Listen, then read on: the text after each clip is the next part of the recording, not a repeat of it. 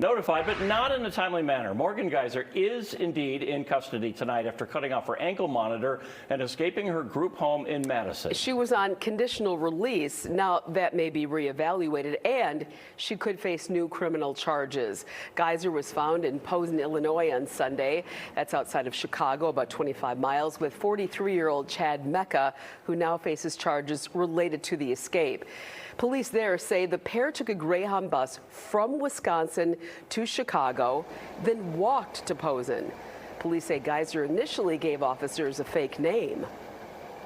Officers pressed on a little further, and eventually she told the officer what her name was and says, "You could simply Google my name and you'll see who I am."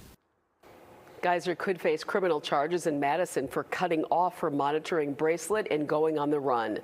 In Waukesha County Court, the DA says Geyser's conditional release could be revoked.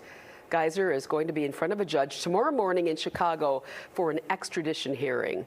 Well, it was nearly 12 hours after Geyser's disappearance that authorities say her victim was directly notified. Fox 6's Bria Jones is in the studio with us after looking into why that notification may have been delayed. What'd you find out, Bria? Well, Ted, Mary, the Department of Corrections was alerted at 9:30 Saturday night that Geyser's monitoring bracelet started malfunctioning, but it wasn't until the next morning that Peyton Leitner and her family heard directly from law enforcement.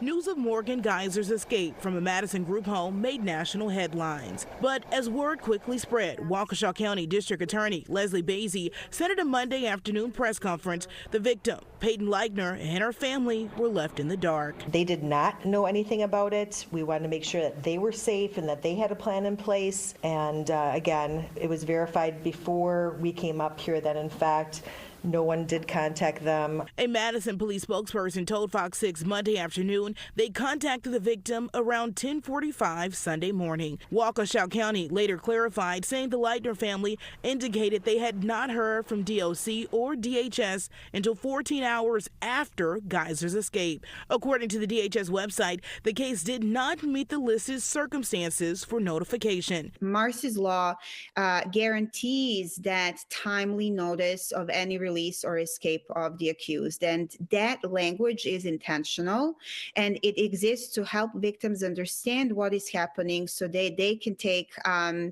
steps to protect themselves. Nella Kalpick is with Marcy's Law for Wisconsin. She advocates for crime victims. How important is that notification for victims? That is safety, that is sense of security for victims, and being able to count on the fact that they will be notified in a situation of death or escape or release is incredibly important. We reached out to a spokesperson for Leitner's family about the delayed notification. We were told, quote, "We do not plan to make a statement at this time." We also reached out to DHS about the notification timeline, but have yet to hear back. Ted?